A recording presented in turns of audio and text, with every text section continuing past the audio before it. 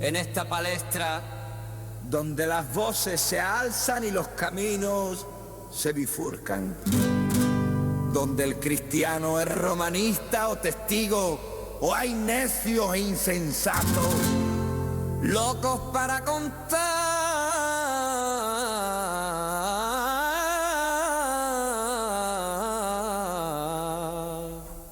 relatos.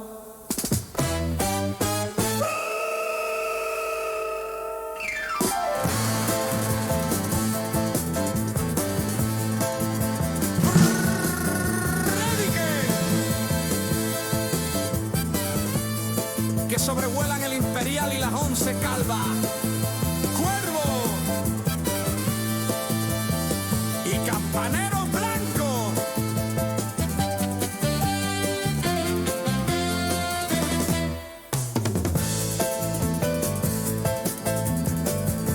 En medio de esto, una pregunta que lo cambia absolutamente todo. Que Cristo murió y resucitó según la historia.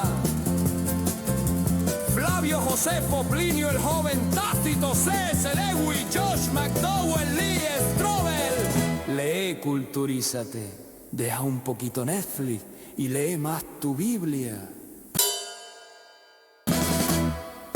Porque, como dijo Isaías, ay de mí, que soy muerto.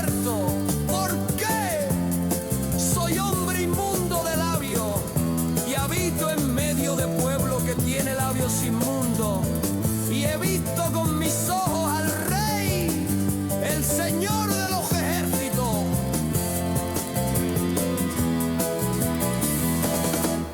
Aún así vive la vida, que vida solo hay una.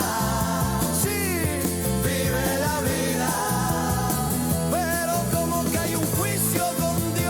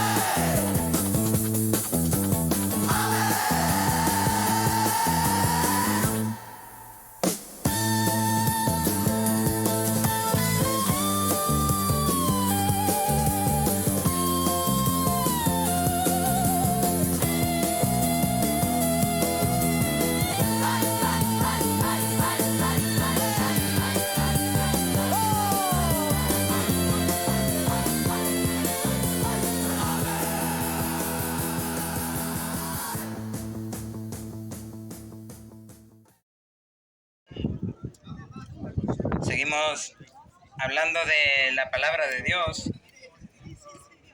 Mi compañera terminaba hablando de que hay una autopista al infierno. También ha dicho otras veces, con respecto a otra canción, que hay mucha gente que vive a su manera.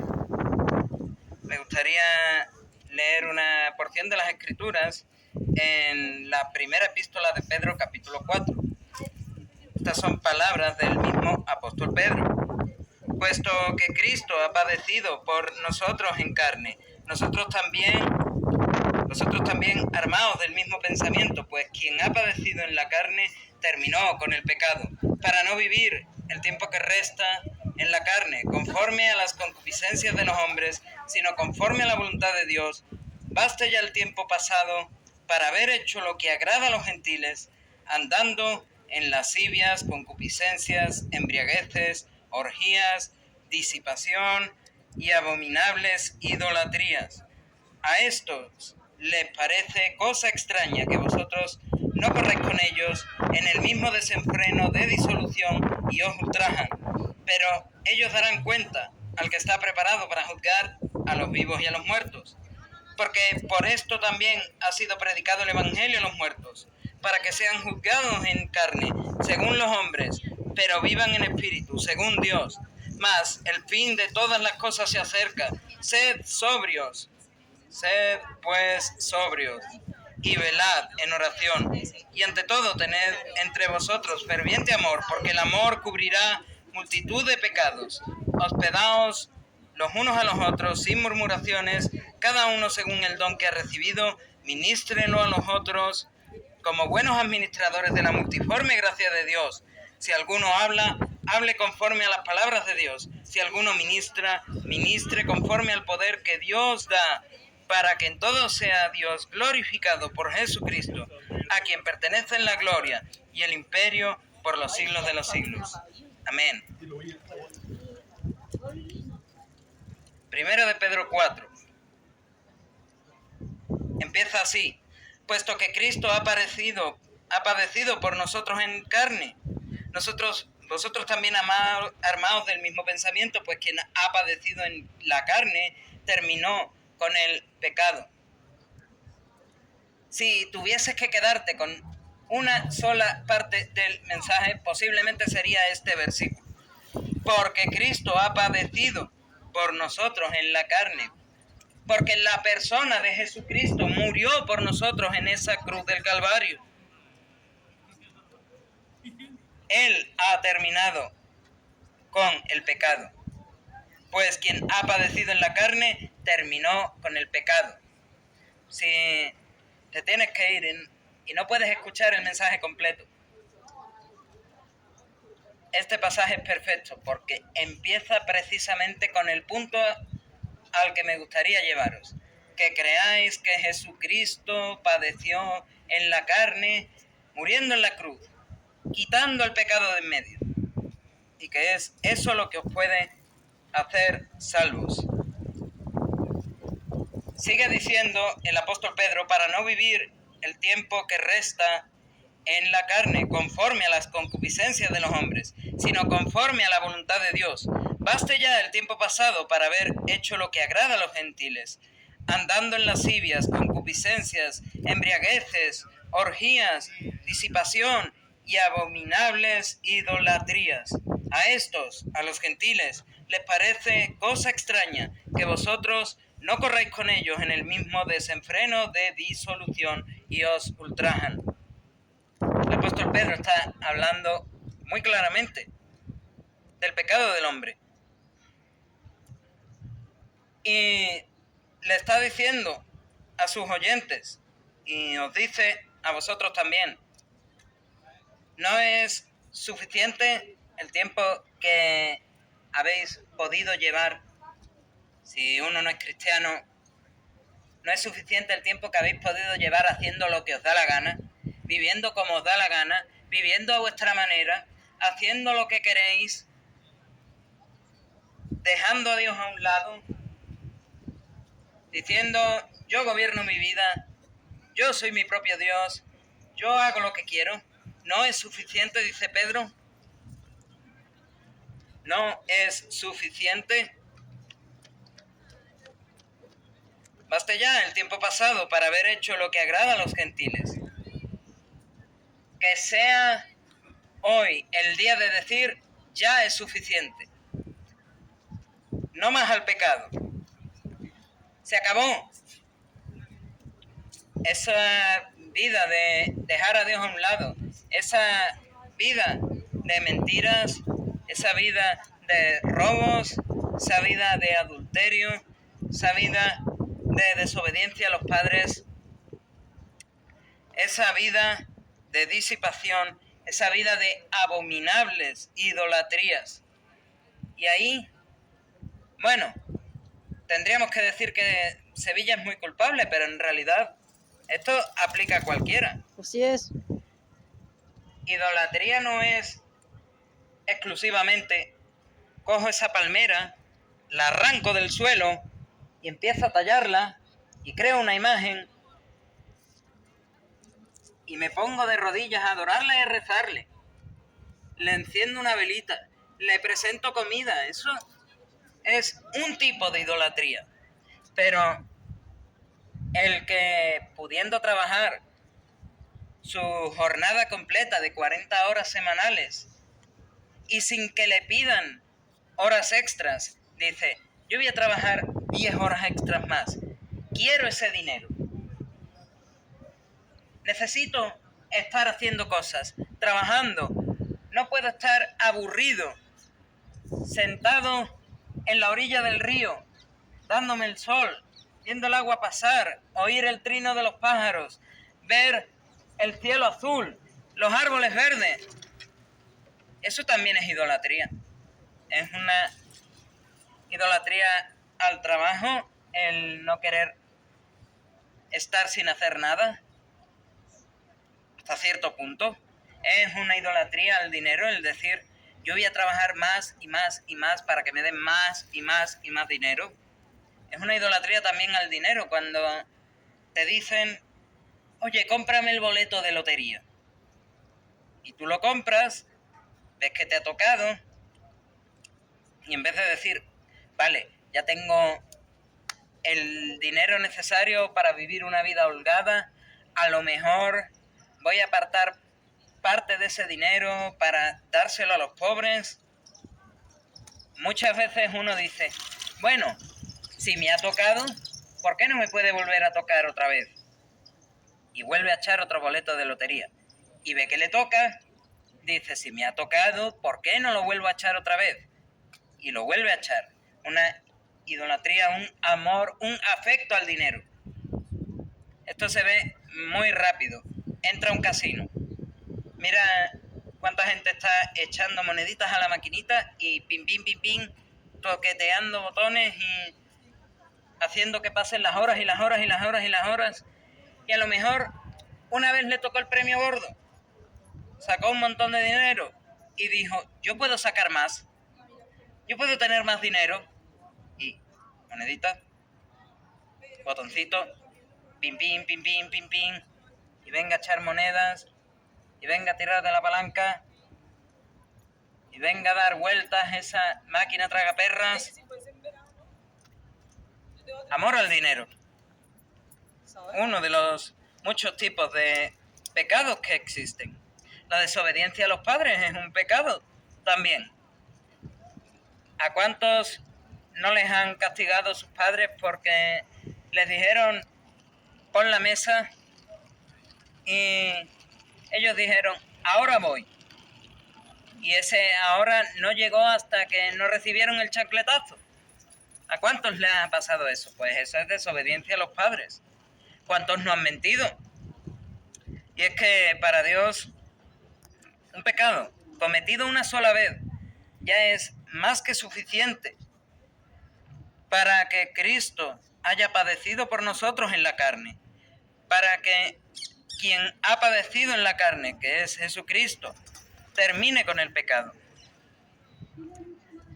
Pero aquí el apóstol Pedro dice, pero ellos, los gentiles, los que le parece locura, extrañeza, que uno quiera dejar de vivir a su manera y empiece a vivir a la manera de Dios, que uno quiera dejar de vivir en pecado y quiera vivir en santidad, a estos, a los gentiles, Dios les dice, pero ellos darán cuentas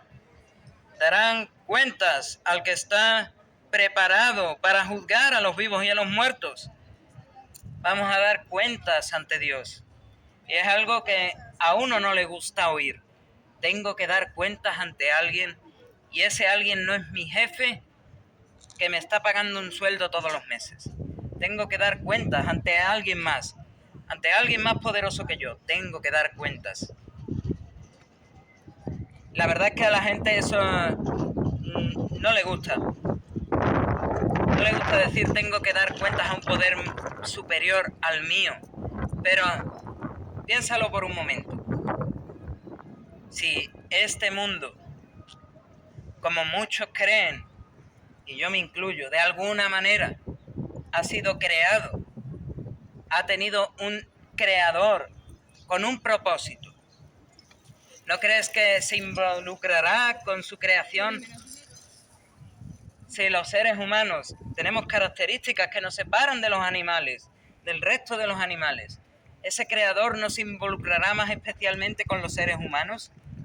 ¿No le dará, como dice el apóstol Pablo, una conciencia para pensar sobre el pecado? ¿No se involucrará en su creación y les cuidará como padre cuida a un hijo? No hará eso. ¿Y qué hacen los padres cuando tienen que cuidar a los hijos y ven que su hijo se acerca a un enchufe de electricidad para meter los deditos? No le dice: niño, quítate de ahí, te vas a electrocutar.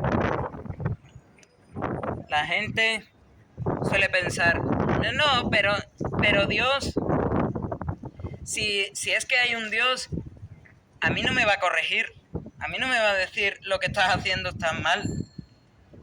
La misma palabra de Dios dice que tú estás equivocado.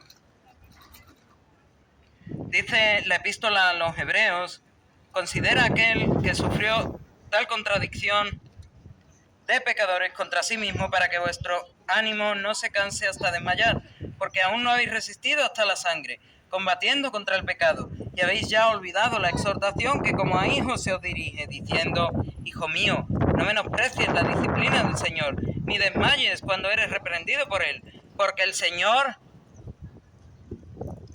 el que diga que el Señor, que Dios no te va a reprender cuando haces algo malo, es que no ha leído la palabra de Dios. Sí, Porque el Señor al que ama disciplina y azota a todo el que recibe por hijo. Si soportáis la disciplina, Dios os trata como a hijos. Porque ¿qué hijo es aquel a quien el Padre no disciplina? Pero si se os deja sin disciplina, de la cual todos han sido partícipes, entonces sois bastardos y no hijos. Pedro en este versículo 5 está hablando de ese juicio que vamos a sufrir. Y es un juicio en el que vamos a ser disciplinados. Pero como el mismo autor de Hebreos dice unos capítulos anteriormente, ese juicio sucede después de haber muerto. Sucede en un punto en el que ya no hay posibilidad de decir: me voy para atrás y no toco el enchufe. Gateo hacia atrás y no toco ese enchufe para no electrocutarme. Ese juicio ya es en un punto en el que has tocado el enchufe. Porque te ha estado diciendo tu Padre Dios: no toques el enchufe, no toques el enchufe, no toques el enchufe. La primera vez que te dijo: no toques el enchufe, no peques, no desobedezcas, tú tenías los ojos bien abiertos y los oídos bien abiertos. Y con tu boca bien abierta dijiste: déjame Dios, que yo hago lo que quiera. La segunda vez que te lo dijo, te empezaste a poner las manos en los oídos. A la siguiente, usaste unos tapones de cancelación de ruido en los oídos y tapaste tus ojos. A la siguiente, tapones de cancelación de ruido, un antifaz, y ya tapaste tu boca. Para ni siquiera atreverte a decir: déjame Dios, que yo hago lo que quiera. Lo pensaste, pero no lo dijiste. A la siguiente, cerraste la boca, te tapaste los ojos y los oídos y pusiste un freno a tu mente, y ni siquiera, ya fue automático, ni siquiera tuviste que pensar: deja a Dios que yo viva como quiera. Pues ya en ese momento es este juicio del cual habla Pedro. Un juicio después de la muerte, cuando ya no hay más oportunidad, y que, como el mismo apóstol Juan dice: y el que no se halló inscrito en el libro de la vida, el que recibió el juicio de Dios, ese será echado al lago que arde con fuego y azufre. Ese es el infierno. Es un lugar de condenación eterna, es un lugar de castigo eterno, y es un lugar que, por cierto, aparte de que estaba preparado para el diablo y para los ángeles que se rebelaron con él, es un lugar que no estaba preparado para que los humanos lo habitasen. Es un lugar que los humanos merecidamente han dicho, quiero ir ahí. Ni Afganistán, ni los lugares amplios en el Sahel llenos de gente del ISIS, ni los lugares de Siria que estaban ocupados por el Estado Islámico, ni la sabana africana yendo desnudos y teñidos de sangre de corderos. No, los seres humanos han dicho, uy, el infierno, qué destino más interesante, qué destino más salvaje. ¿Cómo puedo reservar la entrada del hotel? ¿Cómo puedo hacerlo?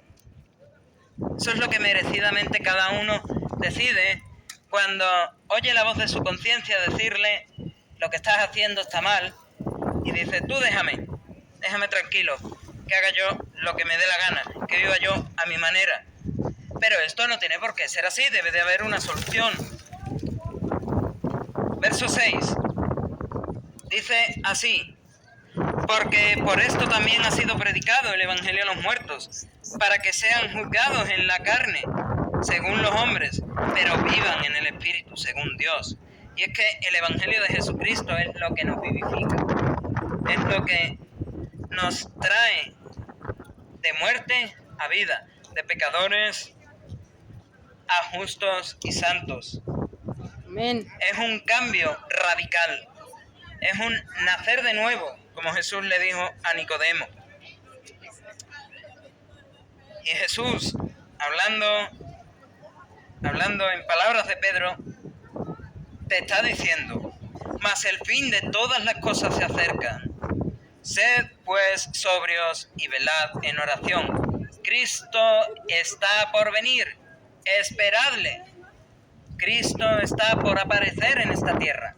Andad como si lo estuvieseis esperando. Porque solo con esperar a Cristo de la manera que Cristo quiere, tendréis un lugar en esas moradas celestiales que Él se fue a preparar. Tendréis un lugar junto al Padre en el cielo. No merecidamente, pero sí de manera recibida. Y continúa Pedro diciendo, y ante todo, tened entre vosotros ferviente amor, porque el amor cubrirá multitud de pecados. El amor de Dios ha de cubrir multitud de pecados. Ese amor de Dios se mostró en la cruz. Se mostró con esa sangre derramada de Jesús. Y esa sangre cubre todos tus pecados. Esa sangre, como dice el apóstol Juan, más la sangre de Jesucristo su Hijo, nos limpia de todos los pecados. ¿Y cuál es este amor que cubre multitud de pecados? El apóstol Juan lo explicó en su primera carta, capítulo 4, versículo 8. El que no ama no ha conocido a Dios, porque Dios es amor. Dios es ese amor que cubre multitud de pecados. ¿No me entiendes en español? Te lo digo en otro idioma. Yohane no tegami ichion taihatsi wako arimasu. Yantai ni ainonai ixto ni kami wa wakarimasen. Nasenara kami wa aidakara desu. El que no ama no conoce a Dios, porque Dios es amor. Y ese amor que cubre multitud de pecados se mostró en la cruz. Cristo, el hombre perfecto. Verdadero Dios, sí, pero verdadero hombre y además el hombre perfecto. Amén. Ese sustituto de Adán. Ese segundo Adán que vivió la vida perfecta, que nació sin esa maldición del pecado, que resistió las tentaciones del diablo, al morir, mostró el amor de Dios. Al derramar su sangre en la cruz, mostró el amor de Dios. Y es ese amor que cubre multitud de pecados. Esa sangre es la que nos lava, nos limpia de pecado. Y curiosamente, el Señor Jesús, hablando de sí mismo en los Salmos, decía así: mas yo soy gusano y no hombre, oprobio de los hombres y despreciado del pueblo. Todos los que me ven me escarnecen, estiran la boca, menean la cabeza, diciendo: se encomendó a Dios, líbrele él, sálvele, puesto que en él se complacía. ¿Cuál es este gusano con el que se compara Jesús? Podríamos decir que es el gusano del carmesí. Y voy a dar una breve pincelada de cómo es este gusano. Este gusano, un gusano normal y corriente, pero tiene una sustancia en el cuerpo que se vuelve roja, carmesí como la sangre, del color del sombreado de las letras de esta camiseta. Tiene esta sustancia roja. Cuando va creciendo y va creciendo y va creciendo, esa sustancia se endurece, al gusano le sale un caparazón y dentro de ese caparazón este gusano tiene un montón de huevos. Él está en un árbol, pegado a ese árbol, convertido en un caparazón con un montón de huevos, y cuando va a dar a luz a sus hijos, explota, el gusano explota y los huevos se esparcen y esa sustancia roja va cayendo por el árbol como si fuese sangre. Si uno fuese a esos bosques en Jerusalén donde se pueden encontrar, en Israel, donde se pueden encontrar este gusano del carmesí, y viese los bosques donde están estos gusanos, diría: ¿quién ha muerto aquí? ¿Quién ha muerto aquí? Porque se ve un tronco de árbol y líneas de sangre, igual que en la cruz de Jesús.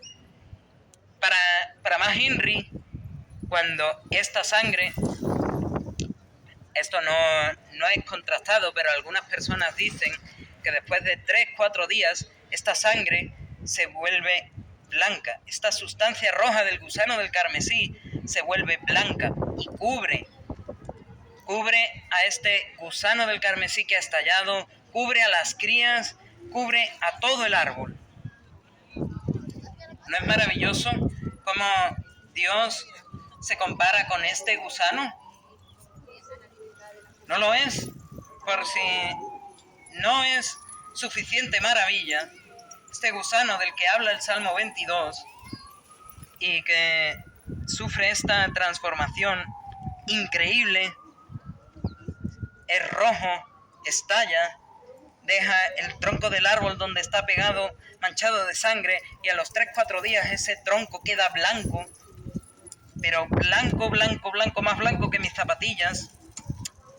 Pues cumple curiosamente con una de las palabras del profeta Isaías. Isaías dijo en el capítulo 1: venid luego, dice Dios, y estemos a cuentas, hagamos las paces.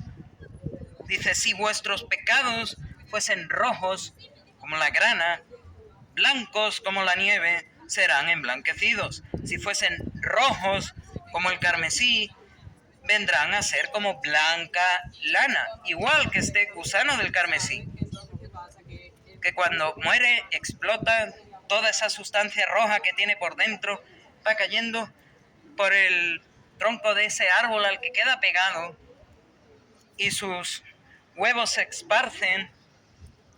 A los 3-4 días esa sustancia se vuelve blanca, y algunos dicen esta sustancia blanca que secreta el gusano del carmesí al explotar y dar a luz podía ser por cómo está compuesta químicamente, por qué tan nutritiva es. Podía ser ese maná del que habla Dios, que dio de comer a los israelitas en el desierto. es una sustancia muy nutritiva, se vuelve blanca y nutre. Y estos gusanos deben de quedarse apegados al árbol, apegados, como el Señor Jesús, una de sus muchas intervenciones, nos comparó con uvas. Yo soy la vid y vosotros los pámpanos. El pámpano que está apegado a la vid, que está cogiendo los nutrientes del tronco de la parra, de la vid, ese da mucho fruto, ese crece, ese se nutre. Igual que las crías del gusano del carmesí, cuando este gusano explota, suelta toda esa sustancia roja por el tronco del árbol y después se vuelve blanca y es una sustancia muy nutritiva. Igual que estar apegados a Dios.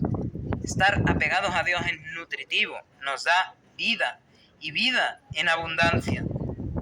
Como decíamos, este evangelio, este Jesús muriendo, explotando, derramando su sangre y después resucitando al tercer día, nos da vida. Y el apóstol Pedro, voy terminando, el apóstol Pedro dijo ya en uno de sus sermones, en el libro de los Hechos, que si nos arrepentimos y nos convertimos, si nos arrepentimos y creemos, nuestros pecados serán borrados. Hay un cambio de vida, hay un cambio de vida en verse a uno mismo y ver cuánto ha fallado a Dios, en verse a uno mismo y ver cuánto ha desobedecido a Dios, en verse a uno mismo y ver cuánto ha pecado contra Dios. Y no quedarse ahí, querer cambiar de vida, pedirle perdón a Dios. Qué difícil es pedirle perdón a Dios. No se queda ahí, sino que esa fe que el Señor Jesús nos pide para ser salvos, esa fe en esa muerte del Calvario, como dice Pedro, puesto que Cristo ha padecido por nosotros en carne, pues quien ha padecido en la carne terminó con el pecado.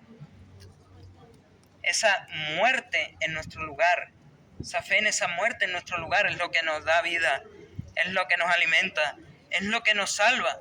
Y queremos que haya un cambio para ti, que tú también te salves. Y termina el apóstol Pedro diciendo, o por lo menos dando unas pinceladas de cómo se ve este cambio. Versículos 9 en adelante. Hospedaos los unos a los otros, sin murmuraciones. Cada uno, según el don que ha recibido, ministrelo a otros como buenos administradores de la multiforme gracia de Dios. Si alguno habla, si yo me pongo a hablar aquí, dice Pedro, que hable conforme a las palabras de Dios. Yo no puedo sacar todo lo que diga fuera de este libro, de la Biblia. Tengo que hablar conforme a la Biblia. Si no, definitivamente no puedo decir que soy un cristiano nacido de nuevo. Soy un cristiano salvado por Dios. Si alguno habla, hable conforme a las palabras de Dios. Si alguno ministra, ministre conforme al poder que Dios da, para que en todo sea Dios glorificado por Jesucristo, a quien pertenecen la gloria y el imperio por los siglos de los siglos. Amén. Concluyo con este llamado. Mi llamado hoy es que no hagas la de Sinatra, que aquí mi compañera lo menciona muchas veces. No hagas la de Sinatra. And this is my way. ¿Lo quieres en español? A mi manera. No vivas a tu manera. No quieras seguir a Dios a tu manera. No quieras hacer las cosas a tu manera. Porque no hay vida. No hay salvación. No hay cielo. No hay eternidad en hacer las cosas a tu manera. Más bien, o mejor, haz como en esta alabanza. Entra Jesús, toma mi ser, toda mi vida es para ti. y entre tus brazos quiero saber cuánto me amas. Pídele a Jesús que entre en tu corazón. Pídele que tome todo tu ser, toda tu vida. Dásela, entrégasela, para que puedas saber cuánto te ha amado, cuánto le ha costado morir en esa cruz, derramar su sangre por ti. Porque vale que muera ahora mismo mi compañera de una insolación, o que alguien venga y le pegue un disparo a la cabeza, eso es fácil. Pero que muera Dios, que Dios se encarne, viva esa vida perfecta y después de una vida de perfección diga: porque amo a mis creaciones humanas, voy a la cruz y muero. Qué fácil es decir: Dios, me amas. Qué fácil es decir: Dios es amor. Pero qué tan difícil es entender cuánto Dios te ama, cuánto Dios es amor. Pídele a Jesús que entre. Pídele que tome tu ser, que tome el volante de tu vida, tome las riendas de tu vida. Que toda tu vida sea para Jesús y que en sus brazos tú puedas saber cuánto Dios te ama, cuánto Dios te ha amado, y que tú le puedas dar a Dios toda la gloria, para que en todo sea Dios glorificado por Jesucristo, a quien pertenecen la gloria y el imperio por los siglos de los siglos. Amén.